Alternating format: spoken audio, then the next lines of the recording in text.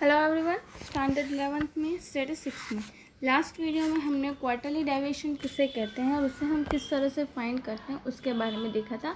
आज के इस वीडियो में हम average deviation that means mean deviation किसे कहते हैं वो हम देखेंगे। बट उससे पहले मैं आपको बता दूं कि ये जो मीन डेविएशन है वो अकॉर्डिंग टू द गवर्नमेंट का जो 30% सिलेबस रिडक्शन हुआ है उसमें ये मीन डेविएशन नहीं आता है। दैट मीन्स कि आपको ये एग्ज़ाम में नहीं आने वाला, but we have to knowledge about this how could we will find. हमें यहाँ पे ये मीन डेविएशन हम किस तरह से फाइंड करते हैं उसके बारे में इंफॉर्मेशन लेना ज़रूरी है। और आपको इसके जो सम्स है वो आपको आपके होम जो नोटबुक है उसमें लिखने भी होंगे। भले ये एग्ज़ाम में नहीं आने वाले बट आपको ये लिखने होंगे। तो अब हम यहाँ पे एवरेज डेविएशन किसे कहते हैं वो हम देखते हैं। First of all, the range and quarterly deviation are two measures of dispersion in which all the observation of data are not used and they do not show variation of the observation from any averages। मतलब कि यहाँ पे जो हमने range and quarterly deviation देखो उसमें क्या होता था कि हम खोली कुछ जो लिमिटेड जो हमारे पास इंफॉर्मेशन मतलब कि जो वेरिएबल्स है उससे ही लेते थे, हम सारे वेरिएबल्स को ध्यान में नहीं लेते थे। This limitations can be overcome by the measure of dispersion in which all the observations are considered and variation of each observation from the average is also taken into account, and this requirement are fulfilled by the average deviation which is also known as mean deviation। यहाँ पे एक हमें ये जो limitations आ जाती थी उस limitations को ओवरकम करने के लिए हमारे पास यहाँ पे जो एक एवरेजेस फाइंड करती गई। ये जो लिमिटेशंस को ओवरकम करने के लिए हमने मीन जो होता है कि जहाँ पे सारी ऑब्जर्वेशंस को ध्यान में रखा जाता है, सारे वेरिएशंस को ध्यान में रखा जाता है और उनकी एवरेज को ध्यान में रखा जाता है, that is called a average deviation. That means के mean deviation. The difference between value of the observation and its mean is known as deviation. मतलब कि जो वैल्यूज़ हैं और उनका जो एवरेज आता है मतलब कि उनका मीन जो आता है उनके बीच का जो डिफरेंस है that is called a deviation. मतलब कि जो चेंजेस आ रहे हैं वो this deviations can be negative, zero और पॉजिटिव। मतलब कि इन दोनों के जो डिफरेंस आता है कि जो ऑब्जर्वेशन उसके मीन का वो या तो नेगेटिव होता है या तो ज़ीरो होता है या तो पॉजिटिव होता है। कि ये सारी चीज़ें हमने कैसे देखी कि आपको पता होगा कि हमने अभी हमने जो लास्ट चैप्टर देखा था चैप्टर नंबर 3 उसमें हमने मीन फाइंड करने की जो क्लास वाला था कि हम क्या करते थे xi minus A. That means कि हम हमारे जो मीन में से हम अज्यूम मीन में से जो हमारी xi माइनस करते तो वो क्या आता था डेविएशन या तो नेगेटिव आता था या तो ज़ीरो आता था या तो फिर पॉजिटिव आता था। To overcome this situation the absolute value of this deviation are taken. It means that the negative signs of the negative deviation are ignored and the measures best absolute deviation for the data defined. हम यहाँ पे इसके लिए हम क्या करते हैं कि जो एवरेज डेविएशन फाइंड करने के लिए जो नेगेटिव वैल्यूज़ होते हैं उसे हम पॉजिटिव वे में लेते हैं, उन्हें एब्सोल्यूट वे में कन्वर्ट करके और उनके नेगेटिव डेविएशन को इग्नोर करके जो हम फाइंड करते हैं कि जो ऑब्जर्वेशंस फाइंड करते हैं डेविएशन फाइंड करते हैं that is called the mean deviation.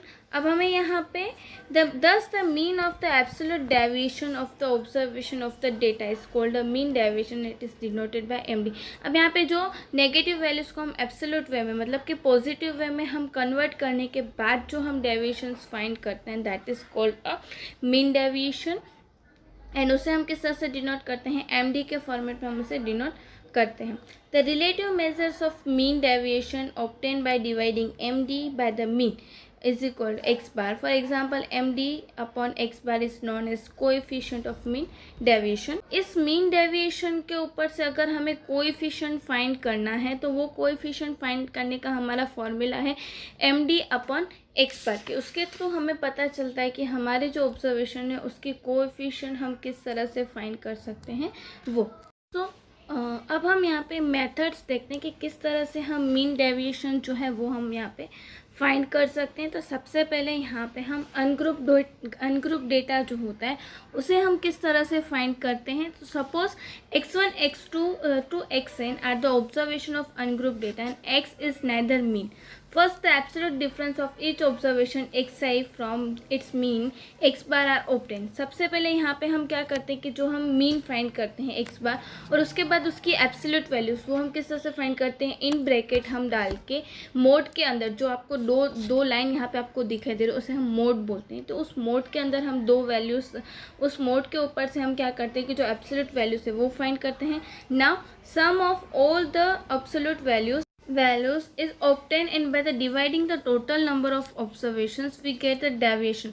अब यहाँ पे ये जो एब्सोल्यूट वैल्यूज जो हमने फाइंड की हैं उस एब्सोल्यूट ऑब्जर्वेशंस का टोटल करके और उस टोटल को हम n से डिवाइड करेंगे तब हमें यहाँ पे क्या मिलेगा, मीन डेविएशन जो हम बोलते हैं वो हमें यहाँ पे मिलेगा। अब md का फॉर्मूला, यहाँ पे मीन डेविएशन का फॉर्मूला हमें दिया हुआ है md is equal to sigma mod जो है यहाँ पे ये जो दो लाइन आपको दिखाई दे that is called a mode. इन मोड के अंदर एक्स आई minus x bar upon N. अब वहाँ पे एक्स बार दैट मीन्स कि एक्स बार आपको फाइंड करने का फॉर्मूला पता ही है, दैट मीन्स कि सिग्मा एक्स आई अपॉन एन, और एक्स आई माइनस एक्स बार जो है वो एब्सोल्यूट वैल्यूज जो है एक्स आई माइनस एक्स बार की, मतलब कि जो हम उसे हम पॉजिटिव करते हैं कि जितनी भी हमारी नेगेटिव वैल्यूज होती है उसे हम यहाँ पे क्या कर देते हैं, पॉजिटिव कर देते हैं, that is called the absolute values. And N is equal to total number of observation. यहाँ पे इस तरह से हमें जो रो डेटा होता है कि अगर रो डेटा के ऊपर से हम किस तरह से मीन जो है वो हम मीन डेविएशन जो है वो फाइंड कर लेते हैं। उसके बाद यहाँ पे ग्रुप डेटा में डिस्क्रीट फ्रीक्वेंसी डिस्ट्रीब्यूशन के ऊपर से हम किस तरह से फाइंड करते हैं उसका फॉर्मूला हम देखते हैं। Suppose x1, x2 to xk are the values of assumed by the discrete variable x and the discrete frequency with is the correspondence frequencies f1, f2 to fk। Suppose कि यहाँ पे हमें जो वेरिएबल्स दिए गए discrete वेरिएबल्स वो हैं x1, x2 to xk और उसके सामने उसके corresponding हमें जो frequency distribution दिया हुआ है वो है f1, f2 to fk। The mean deviation of discrete frequency distribution is computed by the using following formula. Mean deviation find करने का फॉर्मूला हमें यहाँ पे दिया हुआ है M D is equal to sigma F I in bracket X I minus x bar upon N. अब यहाँ पे हम क्या करते हैं कि सबसे पहले एक्स बार फाइंड करेंगे, उसके ऊपर से एक्स आई माइनस एक्स बार फाइंड करेंगे और जो एक्स आई माइनस एक्स बार जो मोड के अंदर जो एब्सोल्यूट वैल्यूज फाइंड करेंगे उसे हम फ्रीक्वेंसी के साथ यहाँ पे मल्टीप्लिकेशन करेंगे। ये सारी चीज़ें आप जब हम प्रैक्टिकल सम्स करेंगे तब आपको क्लियर हो जाएगा। Now sigma F I is equal to frequency corresponding to x1, n is equal to sigma F I and X bar is equal to sigma F I X I upon N, कि जो mean है। आपको पता ही है कि mean find करने का फॉर्मूला हमारा क्या है उसके बारे में। तो इस तरह से अगर हमें फ्रीक्वेंसी दी गई हो तब हम फ्रीक्वेंसी के ऊपर से इस तरह से यहाँ पे हम जो मीन डेविएशन फाइंड कर सकते हैं और कोएफिशिएंट जो है वो भी हम फाइंड कर सकते हैं। हम कंटिन्यूस फ्रीक्वेंसी डिस्ट्रीब्यूशन के सपोज अगर आपको क्लास दी गई है कि जैसा कि आपको पता है कि हमने लास्ट जो मीन फाइंड करने के लिए हमने क्लास वाली फ्रीक्वेंसी के ऊपर से अगर हमें क्लास दी गई तो हम किस तरह से उसके ऊपर से मीन डेविएशन जो है वो फाइंड कर सकते हैं वो हम देखेंगे।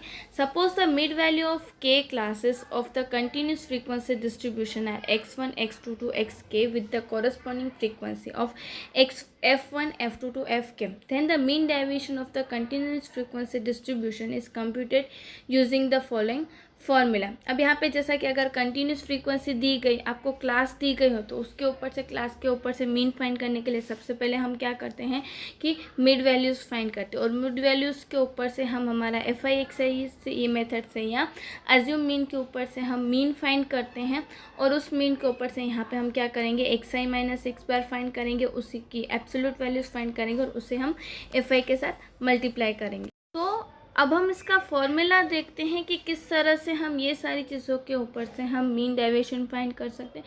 वह M D is equal to sigma F I absolute values that means X I minus x bar upon N. जो यहाँ पे दो लाइन्स दी गई आपको वो है मोड, हम यहाँ पे सिग्मा एफ आई मोड के अंदर x I minus x bar upon N, where X I is equal to mid value of ith class, F I is equal to frequency of ith class, N is equal to sigma F I and X bar is equal to sigma F I X I upon N. ये सारी चीज़ों के ऊपर से हम mean deviation find कर सकते हैं और उसके बाद after the obtaining the mean deviation M D by any of the formula the coefficient of mean deviation can be obtain as follow, then coefficient is equal to M D upon X. अब यहाँ पे mean deviation जो है कि last में हम जो find करेंगे सारी चीज़ों के ऊपर से हमें कोएफिशिएंट ऑफ मीन डेविएशन, मतलब कि हम उसका कोएफिशिएंट जब अगर फाइंड करते हैं तो वो उसका फॉर्मूला हमें दिया हुआ है कि M D is equal coefficient is equal to M D upon x.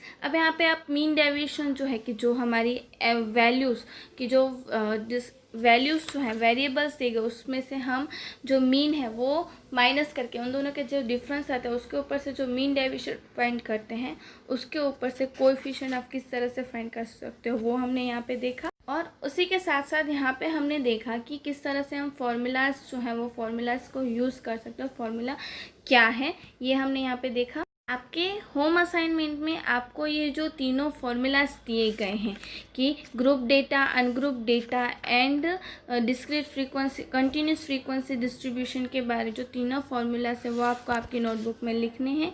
हम नेक्स्ट वीडियो में इसके जो प्रैक्टिकल सम्स है वो करेंगे। Thank you.